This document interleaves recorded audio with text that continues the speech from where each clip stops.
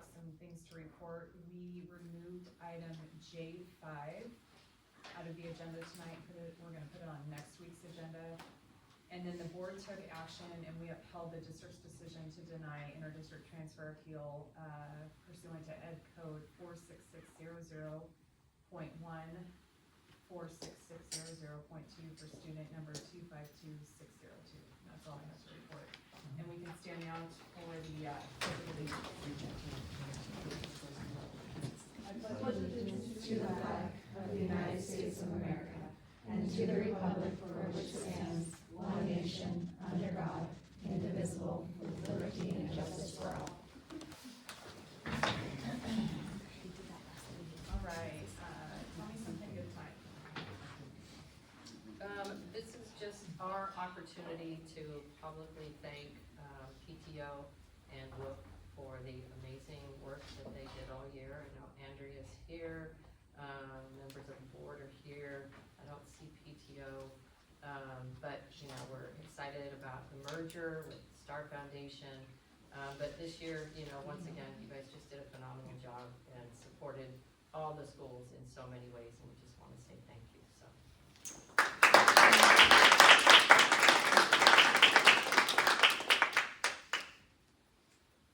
Okay, moving on to organization updates. This is an opportunity for board members or staff to make a brief announcement or make a report on his or her own activities.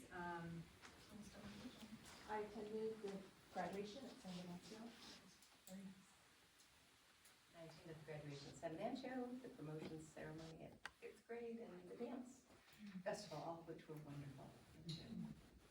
I attended the open house at San Venancio, I think, since the last board meeting, the art show, 8th grade promotion, graduation, and the end of the year lunch for teachers, and the recognition for that.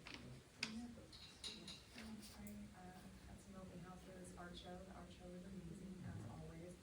I went to the Toro Park spring concert. I attended Pam Singley's retirement. Graduation, I went to the district barbecue, and I just returned from the 8th grade DC. Have you recovered yet? No, I certainly have not. No, I have not, and so, yes. Yeah, I attended all of the end of year. I did the open houses, the concerts, dance festival, graduation, 5th grade promotion. Everything was just fun and exciting and really well done. I commend all three principals and just did want to take this opportunity to thank Alea, Dr. Ayala, for the work that she did this year. She stepped in and took over as the interim principal at Toro Park and just did a fantastic job all year long, and want to say thank you.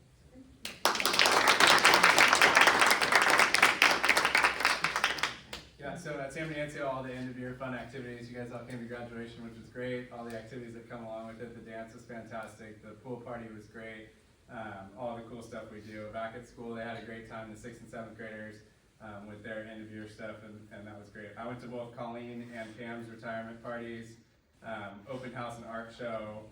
The last day of school was great. Kids are super excited for summer. I hosted SPED interviews for a couple positions that we currently have, and then I attended the end of year lunch as well. Yeah, we had the dance festival, and we had our 5th grade performance, and then we completed our CAS testing. We had a staff parent appreciation morning. The students had their kickball tournament between teachers in 3rd grade. We finalized all IEPs, all SSDs, IEPs, and got everything ready for the next principal. I attended the WOOF meetings and graduation, 8th grade graduation. I sat in on CSEA negotiations. We had pizza day, hot dog day, which was a first for us, and it was really great. I hosted a 4th grade orientation for the incoming 4th grade students. We had a really fun talent show. Gosh, so much talent up at Washington. We had a staff for students baseball game. I completed all the LPAC assessments. We had our 5th grade promotion ceremony.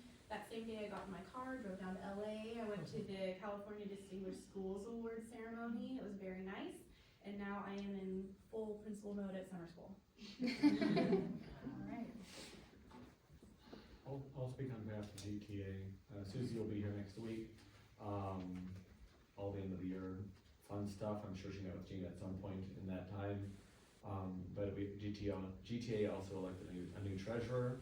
Heather Nolan will be our new treasurer because Pam Singley can no longer be the treasurer. So that's it. Okay, so it's that time of year, we're very excited. Washington Union Educational Foundation is giving you a check, for the district for $116,181.32. That is to, help with the cost of the art docent coordinator position and some discretionary tech funds, as well as the Go Guardian program for the next year. And, luckily, a lot of us were able to come tonight, just to show you that we really are here to support the district and the values and the things that these kids need, and we're looking in the best interest of the students of this district, and we're happy to be here and doing this, and we proudly present you this check. Okay,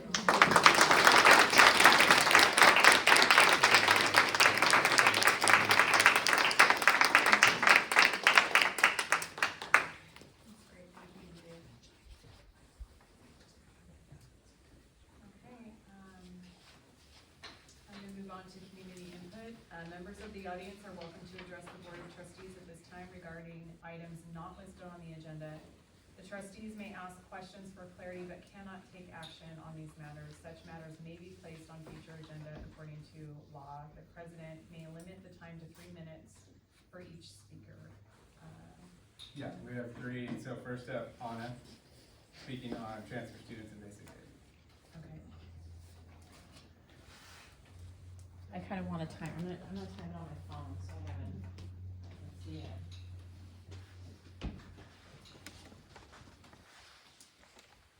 Okay, so my name is Anna, I'm a parent, I've got 2 kids, one's entering the 8th grade, one will be entering the 5th grade at Santa Catalina.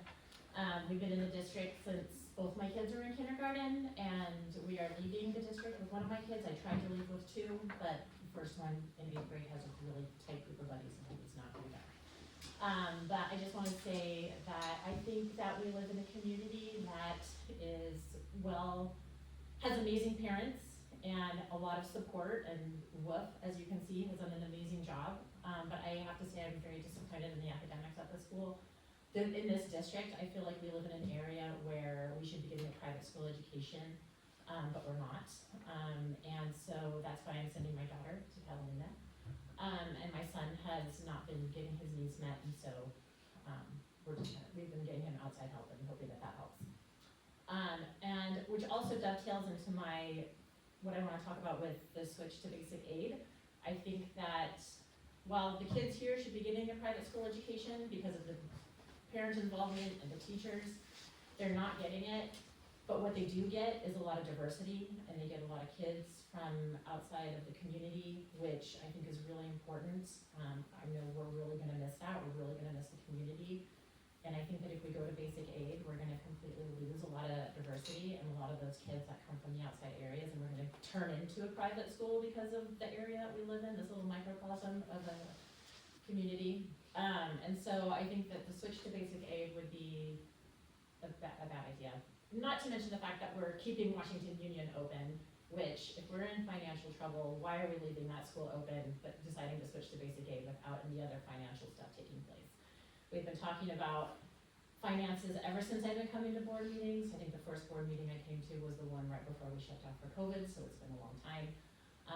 And I haven't seen any actions taken, clear actions taken to help the finances of this district. Woof, as you see, has done an amazing job.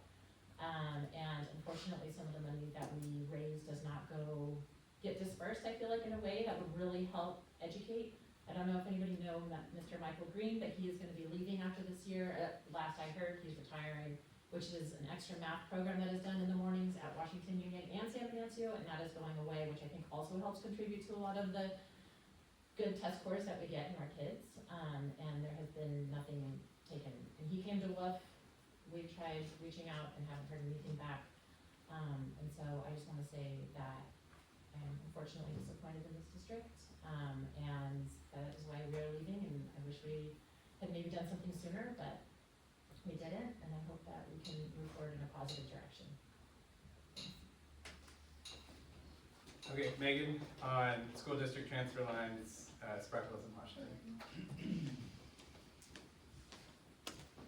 Good evening, board members, superintendent, and Washington Union School District community. My name is Megan Lawton. I'm a parent and longtime resident of the Toro Sunshine neighborhood. I'm here tonight to share that we have formally submitted a territory transfer petition to the Monterey County Office of Education. The petition requests that neighborhoods near Toro Regional Park, including Toro Sunshine, all the way to Toro Park, or Toro Station 1, the fire station. So that first street in Toro Sunshine, all the way to the fire station, which is 165 homes, be transferred from Spreckles Union School District to the Washington Union School District. We submitted this petition on May 27th, 2025, and I'm proud to share with you all tonight, within 24 hours, it was also submitted to the Monterey County Elections Department to move the process forward transparently and efficiently. Included were over 62% of our neighbor signatures signed in support. We only needed 25%. So with that, with the signed petition, a detailed boundary map was required, along with other documentation with California Education Code Section 35700 was all submitted together. Most families in our area, including my own, attend Washington Union School District through interdistrict transfers. The petition simply seeks to formalize the connection our community already has with the Washington Union School District. The current district boundaries were drawn before the developments like Las Palmas 2, the new development in Spreckles, along with Indian Springs, and no longer reflect where our families live or go to school. The change would bring our district lines into alignment with actual attendance patterns. There is strong support for the transfer from within our neighborhoods, and we hope the Washington Union School Board will support it when the time comes. As proud alumni of Washington Union, and seeing as how both Justin and Strassi standing up here with me tonight, and I personally circulated the petition for every signature. We went during Memorial Day weekend, so of the 165 homes, a lot of people were out of town, but we still had over 62% support for the petition. This district shaped who we are, and now as parents, we want our children to grow up as official members of the community we already call home. We understand Washington Union is also approaching an important decision regarding basic aid status. Our goal in submitting this now, and why we went and did it so quickly, is for your guys' long-term planning with transparent, accurate enrollment data and community representation. If any board members would like to see, review what we've submitted, the map, any additional information, Justin or myself would be happy to make ourselves available. We thank you guys for your time and listening to your community's input.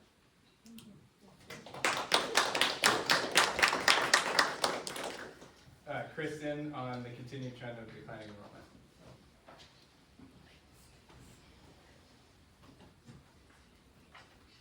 Thank you. I know most of you here are Kristen Anderson. It's very nice to hear your input. Thank you. I wanted to revisit that last month we saw the cost of the inevitable decline in our enrollment and the financial impact that that's having on resources for our students. Ms. Uccelli provided that current funding is $11,259 per student and a forecasted funding level of $12,000 per student once we reach basic aid. That's an inflection point of only about $700 per student. So we are clutching on to this limited gain over the course of the next few years to see minimal improvement. For the past several years, personally, I've been hearing the topic of strain imposed by declining enrollment. The subject is difficult. There's a lot of wonderful families, both inside and outside our boundary lines. There are valid opposing opinions.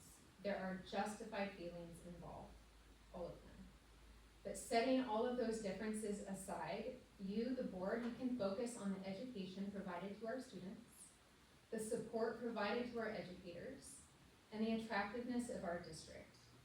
The indecisiveness or hesitation to make a decision is pushing more dedicated families outside of our district. I can count them on more than my hands and feet. The in-district enrollment would provide $18,752 per student. That's a 66% increase compared to right now. So these figures, and barring the Toro Sunshine, if that would change the numbers, of course, but these figures clearly illustrate that this board has to choose a different and proactive course for our district.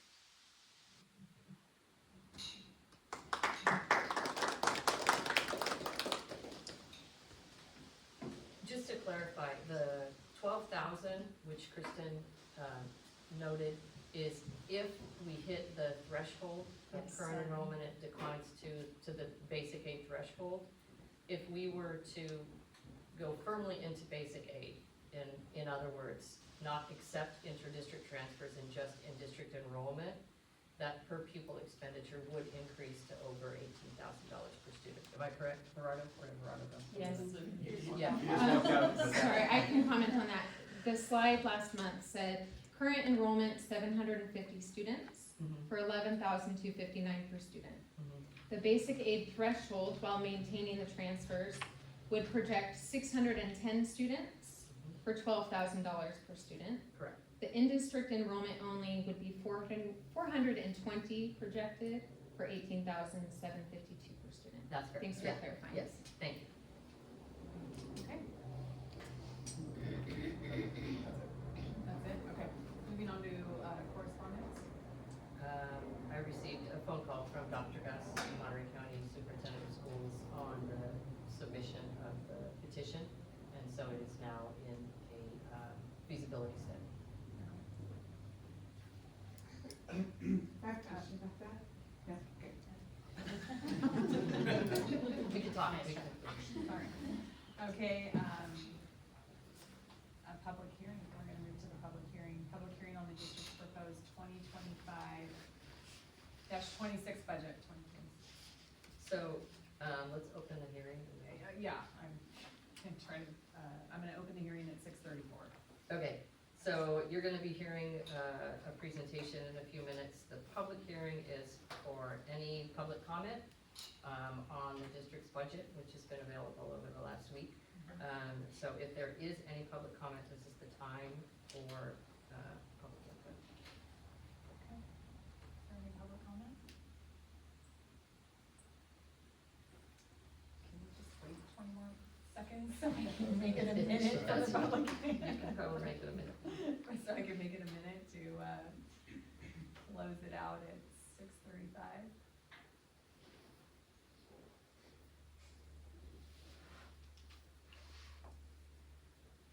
Okay, so I'll close it at 6:35.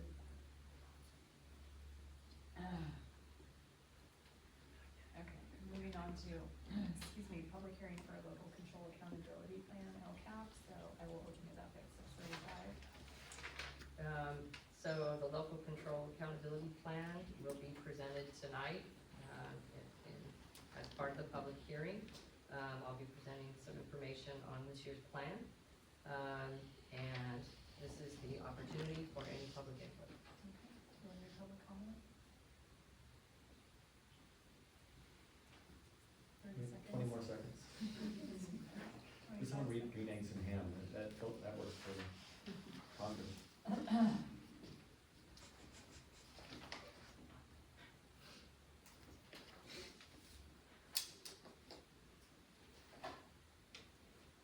All right, and I'm gonna close it out at 6:36. And we're gonna move on to public hearing for classified school employees association negotiations. So we did reach an agreement with our classified I'm school gonna open employees. that up at Oh, sorry. 6:36, sorry. It's okay. We did reach an agreement with our Classified School Employees Association, and we also received word from the California School Employees Association that our local unit has formed its own branch. So they have, for a very long time, been associated with the Salinas City School District, and so they've received joint sort of counseling and advice as part of a larger unit, and they were sort of an offshoot. This year, under their new leadership, they engaged in an effort to form their own unit, So we did just receive word on that.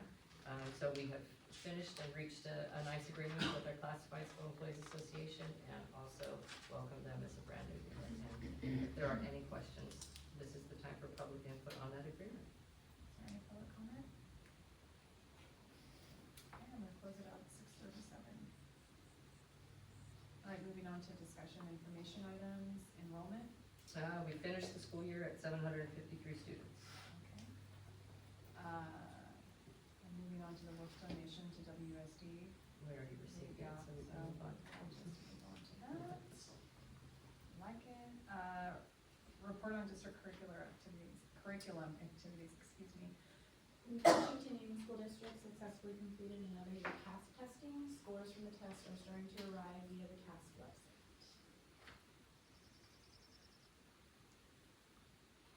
Sorry, are we gonna have we'll present on that, won't we? Yeah. Yeah. Yes, we'll Okay, present so we the have all phone. the, Yeah. Yeah, they're still Findings. trickling in. okay. All right, thank you.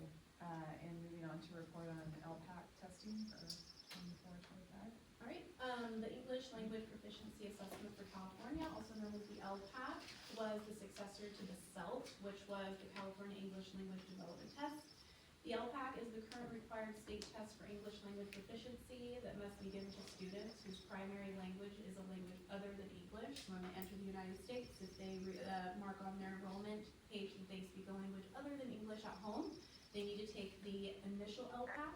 If they do not get 4s on each section, which is reading, writing, speaking, and listening, they will need to take the summative with me in the end of the school year. So this year I tested 20 summative LPAC students. In 8th grade, we had 1 student. 7th grade, we had 2 students. 6th grade had 0. 5th grade, there were 3 students who I tested. 2nd grade had 3 students. 1st grade had 3 students, and I had 1 really small little kindergartner. Answer booklets were shipped this past Monday, and scores will be posted within the next few weeks. So we will get a presentation on that in the next couple of meetings. Thank you. All right, moving on to the report on the 25-26 LCAP. That would be me. Okay.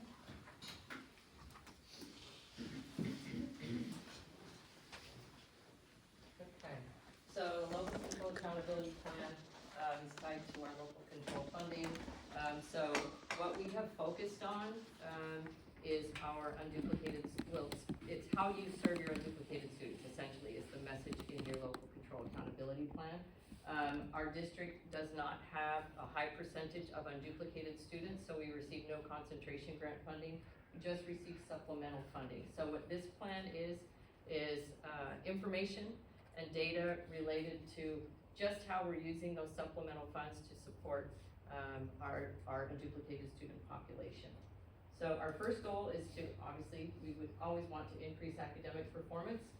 Goal 1 is increase academic performance and close the achievement gap among all student subgroups by implementing targeted interventions, providing equitable access to resources, and fostering a culture of high expectations and support. So really, it just involves we've implemented some targeted interventions. We will always want to ensure equitable access to the resources and make sure that we're providing high expectations and reaching all students. So in order to achieve our goals, we have to outline specific actions. In our LCAP, in order to achieve those goals, we've identified 5 separate actions. One is the addition of supplemental instructional materials. What that encompasses as programs like IXL, vocabulary that's used across the district. This year we implemented our high dosage tutoring program, and it would include also the Orton Gillingham that went along with our curriculum adoption.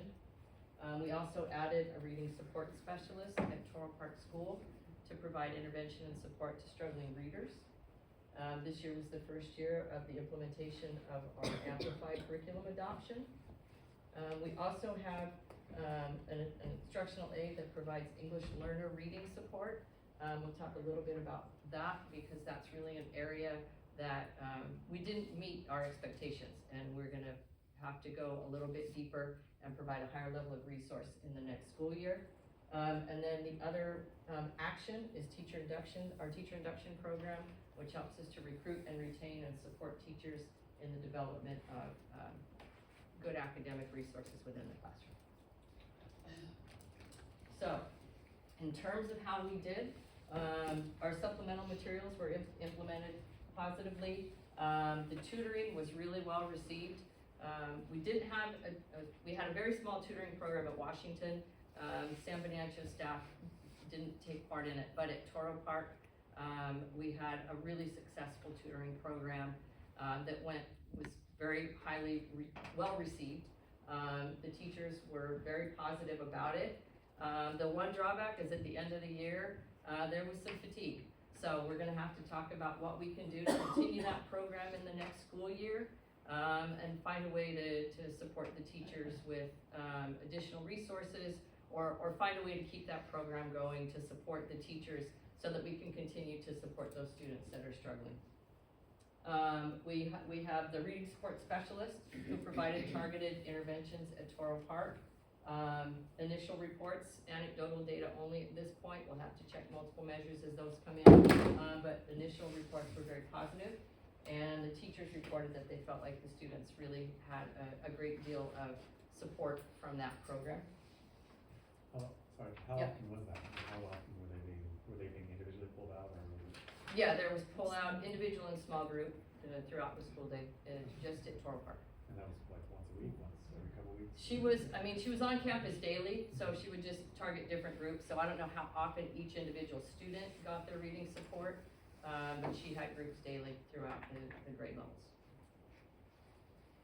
And then, obviously, the language arts curriculum, which we adopted this year, seemed to be a very successful adoption. Teachers reported that they felt like it went really well, and so we'll see those results as they start to come in. As the kids matriculate through the grade levels, hopefully we'll start to see the impact of that science of reading program. As I said, English learner reading support is something that we need to get a clearer focus on. We didn't have 24-25 data, looking at 23-24 data from our 22-23 baseline. There was a little regression with our English learner population.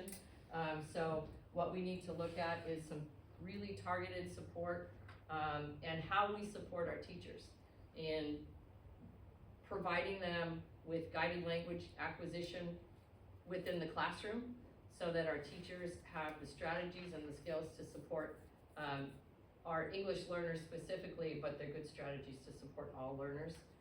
So we're currently looking at what we can do to provide that training for teachers in the 25-26 school year. And then our teacher induction program is our program that supports new teachers. It's a 2-year program. All of our teachers successfully completed the requirements for this year. And what the studies show is that a good teacher induction program leads to retention within the profession. And so our teachers, all of our new teachers that come in participate in the induction program. Okay. All right, goal 2 is fostering a positive school climate. So I'm gonna turn it over to Ms. O'Meara. Okay, so goal 2 is all about fostering a positive school climate. So what it means is that we're going to promote a sense of belonging, safety, mutual respect among students, staff, and families, and also their social emotional well-being. I'm gonna go ahead and go to the next slide. So as far as how this went about in our district, we went ahead and our counseling services were significantly enhanced. And how we did that was at Toro Park, we established a coordinated approach to social emotional learning by integrating services from our occupational therapist, Ms. Rosie, our student support specialist, and bully prevention specialist. Up at San Bernardino, we successfully continued the bully prevention program for a 2nd year. Toro Park introduced the specialist role with plans to refine implementation based on grade level needs. And it's important to note that we have the Ohana specialist that provides both small group and classroom-based SEL instruction for grades 6 through 8, which is really great. They also are doing a camp this summer with our middle school students, which is really cool. Additional support and initiatives. So the district completed the 2nd year of our We've Got Your Back safety curriculum partnership with Mike Kimball and Associates. Moving forward, we'll transition to utilizing the county-provided resources to continue delivering the Big Five curriculum to ensure ongoing student safety education. So those are like the lockdown drills, what to expect if there's someone inappropriate on campus.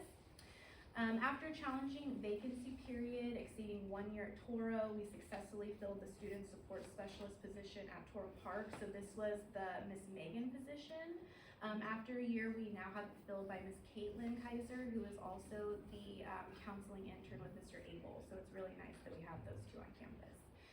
This addition was significantly benefited our students while alleviating counselor workload. Parent education initiatives included digital citizenship training, so we have the Kid Power. I know Ms. Morris, you attended that. I did the orientation training for my incoming 4th grade students. Joe does the incoming 6th. Gina did her monthly superintendent's coffee. We did notice the online formats did draw more of an audience, so I think going forward we'll try and promote more online things for parents. And lastly, one really cool thing was our attendance as a whole district-wide increased. It was in the 96 to 97, I think, Gina, so it's a pretty high percentage, and I think it's really great that we have the contracts too, because we're not, a lot of districts in Salinas don't have those, so it's great. Were there any questions on goal 2? Thank you. We did, for all of these actions, our metrics, how we're measuring, were based on survey data.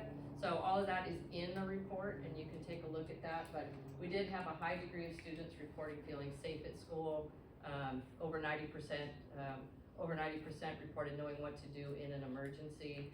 And so, you know, those pieces of data really help us to refine what we're doing here and help to shape these goals. Just financially, so our supplemental grant was a little over $200,000. So our overall budget, as you know, is a little over $8 million. We get, based on LCFF factors, we get just a little over $200,000 in supplemental funding, and that's designed to close the achievement gap and support our unduplicated students. This is just as a really straightforward, simple breakdown of how we spend that money. Currently, for this school year, about $68,000 were in certificated salaries. So essentially what we do is we break it out for teachers who have a higher percentage of unduplicated students. So there's maybe a piece of their salary that might go to that. At the lower levels, same thing. So we sort of spread that out. The bulk of it, as you can see, goes to our counseling services. That's where we really spend a great deal of this, and it's designed, our counselor is there to support all students, but with some specific programs in place to support our unduplicated students. And then a little over $40,000 for classified salaries. Those would be like our EL reading support, our reading support specialist. So that's really a very simple, straightforward breakdown.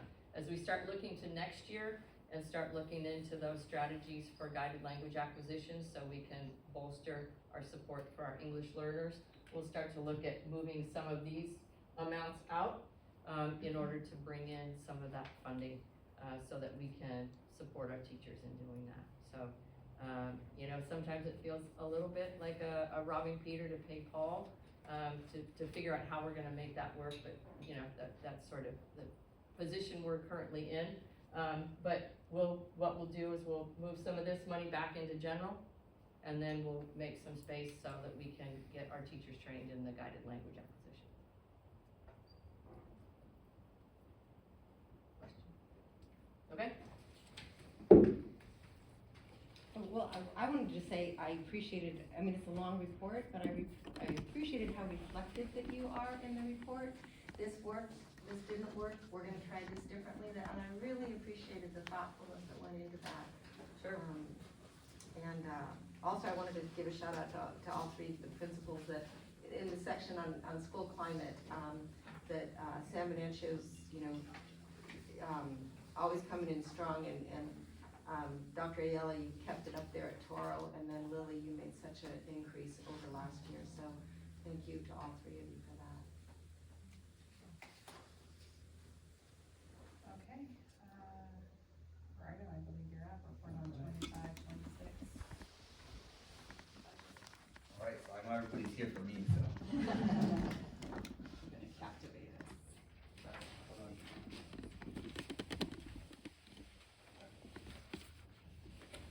so today I'm gonna be sharing the 25-26 budget for next year. The governor's revised originally in January, it came out to be 2.37, but in May, 2 weeks ago, they did say just dropped 0.07, so it's staying at 2.3, that's what they're estimating. We are projecting, the projection for my enrollment for next year is at 720. Originally, I started at 700. Throughout the past couple of weeks, it's been increasing slowly. So I stayed at 720. I don't want to go too high and then reach that goal. Just as a, making sure I'm, the drop in 37 students is mostly coming from the fact that we just graduated a very large class and we're getting a smaller class. Correct. Alright. Yeah, so we graduate. Next year's the one I'm dreading a bit. That's the current 7th grade class is over 100. So incoming 8. So this one was like 85, 86. We're definitely not getting that many kinders, so there is a drop. But the next year, this after this year is gonna hurt. This 8th grade. Yeah, this one's at like, that last I checked, I think it's at 101. So that one's gonna be a big hit. Yeah, easy. All right, so another factor that I'm using is a 95% ADA enrollment. So you multiply your enrollment, well, your attendance to your enrollment.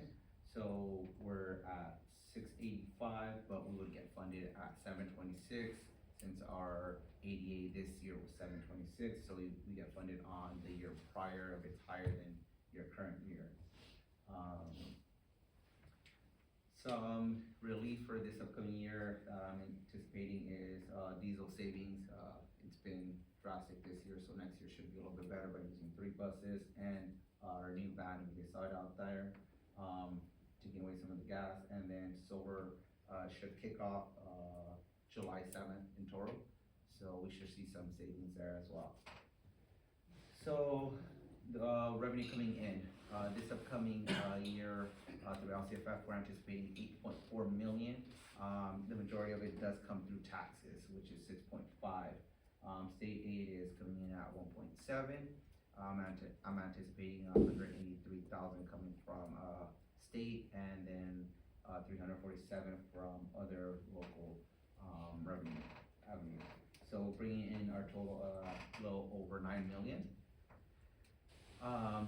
The majority of our expenditures is a little over 87% does come through salaries and benefits, bringing our total expenditure at 7.9 million.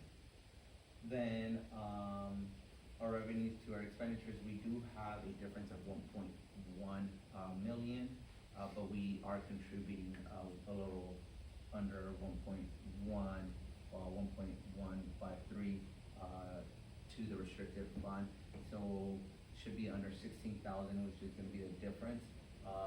In our change of fund balance is actually 15, it's positive 15,998. We're not deficit spending, which is great. So our beginning fund balance this upcoming July 1, and it would actually be in September when I give you your unaudited actuals, which is what we actually happened. I'm anticipating a 2.2 million beginning fund balance, and then ending in June 30th at 2.3 million.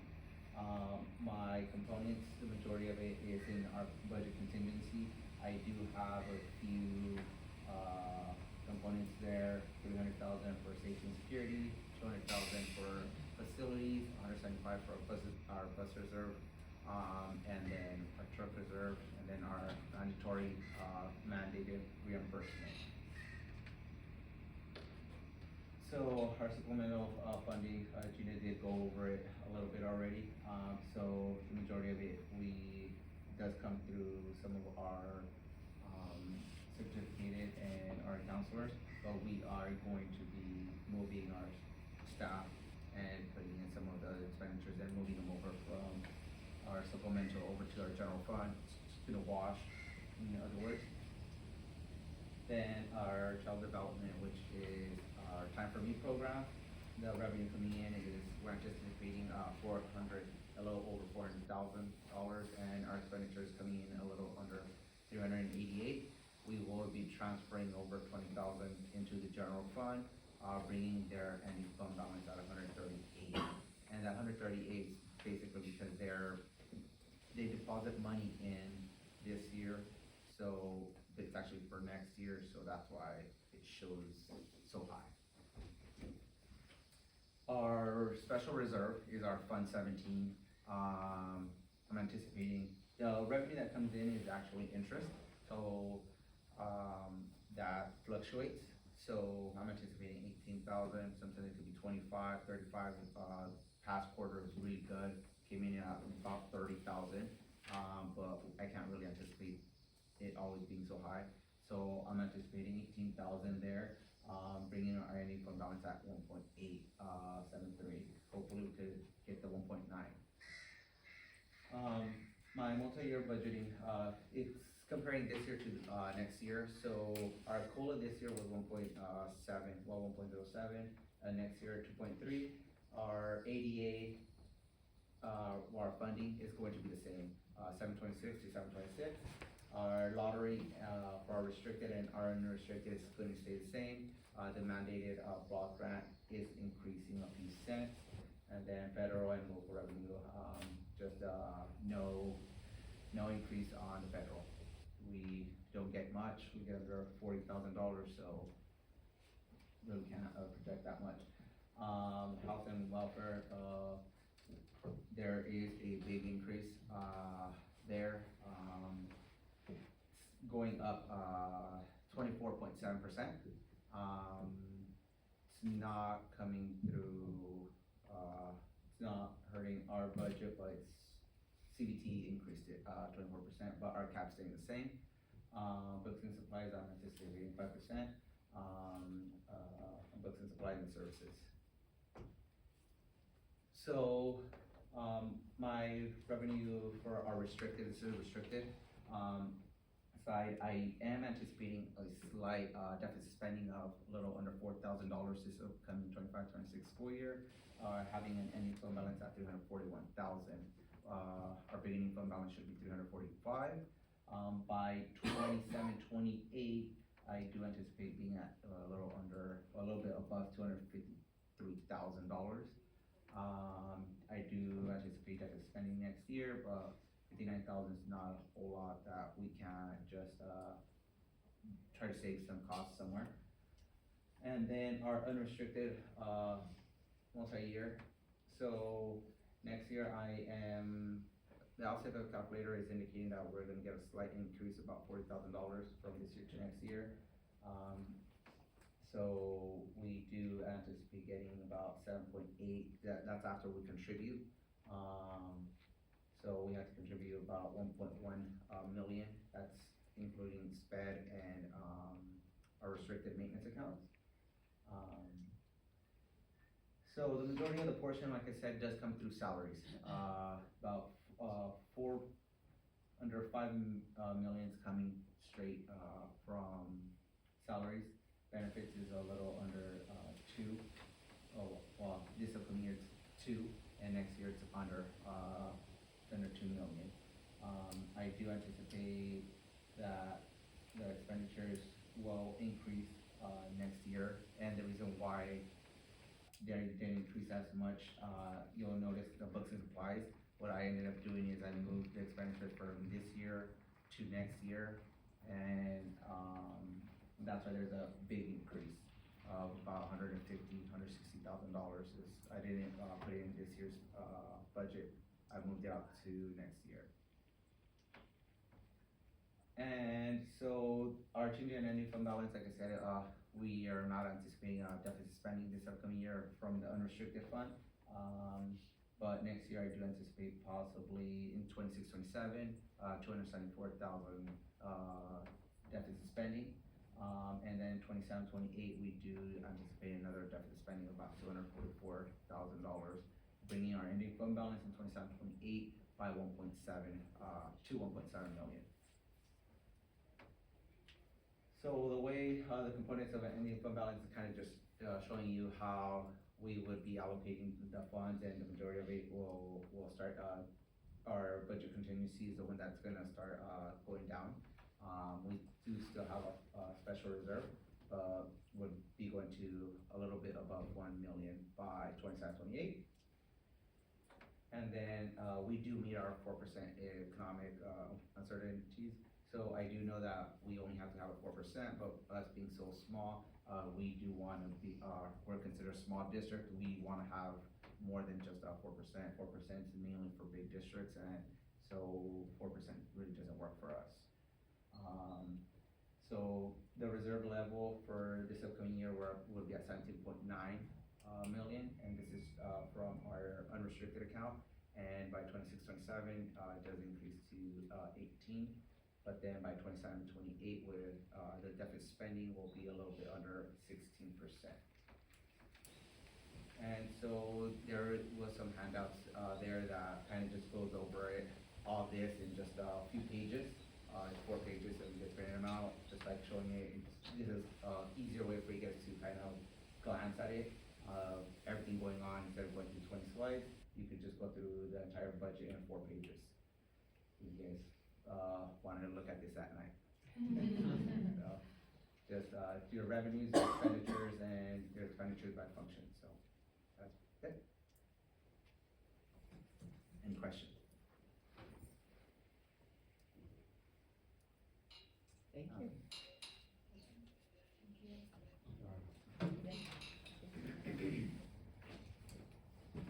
So just as a matter of explanation, tonight was the public hearing and it was the information. We'll bring it back to you next week for approval. We can't do the public hearing and the approval in one meeting under the state rules, so we will bring it back next week. So if there are any questions, if there's anything we want to address. All right, we're gonna move on to action items. So we do have, first one, the consideration of an district transfer appeal where we did, Yes, so we just need a motion to approve the action. We did take action in closed session. We can take action again in public session to make sure it's a public session. okay. So let's take 2 on this, so. Do we do the same thing, make a motion to uphold the district's denial? Okay. So do I have a motion? Yes, I will make a motion to uphold the district's denial of transfer. Okay, and a second? Second. Okay, all those in favor? Aye. Okay, and moving on to approval resolution 24-25-17, the education protection account EPA expenditure plan. So this is a resolution. This is an annual approval that we take into consideration. It provides school districts with general purpose state aid. It's related to the passage of Prop 30 back in 2012 and Prop 55 in 2016.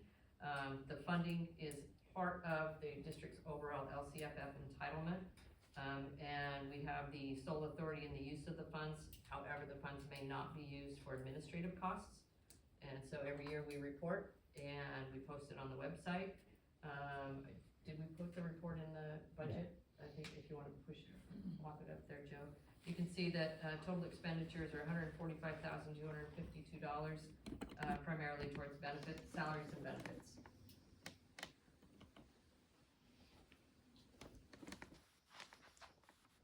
So that, upon approval, that will be posted on the website and you'll need to approve the resolution.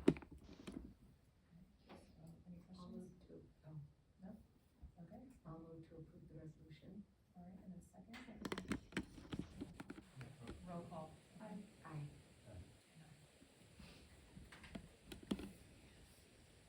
All right, moving on to approval of consolidated application, spring release.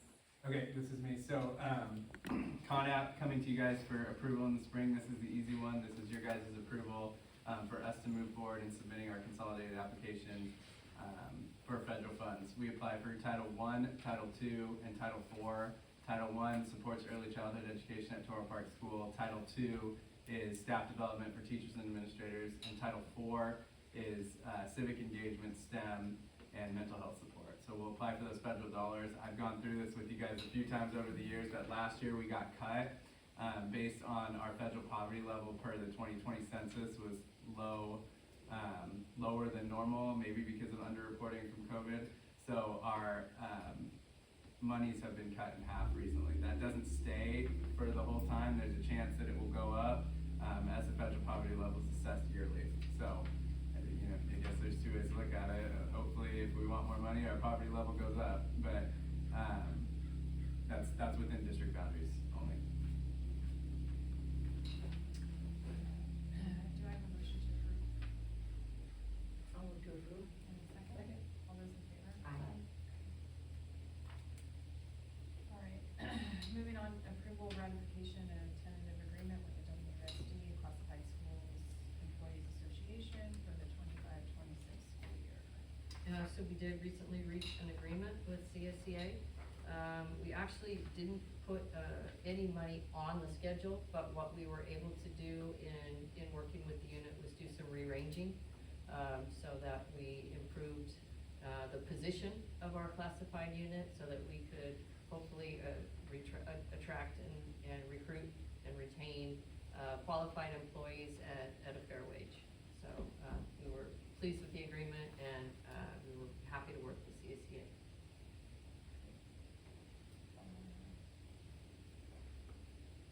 I have a motion to approve? And a second? I'll second. All those in favor? Aye. Motion passes. Moving on to approval of board policies. Yeah, I sent you the document if there's any questions on any of the policies. All right, do I have a motion to approve? And a second? Second. All right, all those in favor? Aye. All right, second reading. No? Okay, how about approval of consent agenda? Were there any, questions or? No, but you know what, I did wanna let you know, just for clarification, last month, we brought the PG&E easement agreement, and John recommended that we go and get an independent survey. So I have done that, and we have, Monterey County Surveyors is currently doing an independent survey for us, so as soon as we get that, then we'll bring that item back to you. All right, do I have a motion to approve consent agenda? Okay, second. All right, all those in favor? Aye. Okay, future meeting dates. Next week, we're back. Yes, did you wanna meet in July? Typically don't. We'll work to schedule, we did talk about meeting with the consultant, and so we'll schedule a special board study session, later in July. But if you want to dismiss the July meeting, that is certainly within your purview. Do we need to have a motion on that? No, okay, so let's take out July, and then we'll see what Jerry comes back with the dates for the consultant, and then we'll. Oh my God. Perfect, okay. Okay. All right, and do I have a motion to adjourn? I move to adjourn.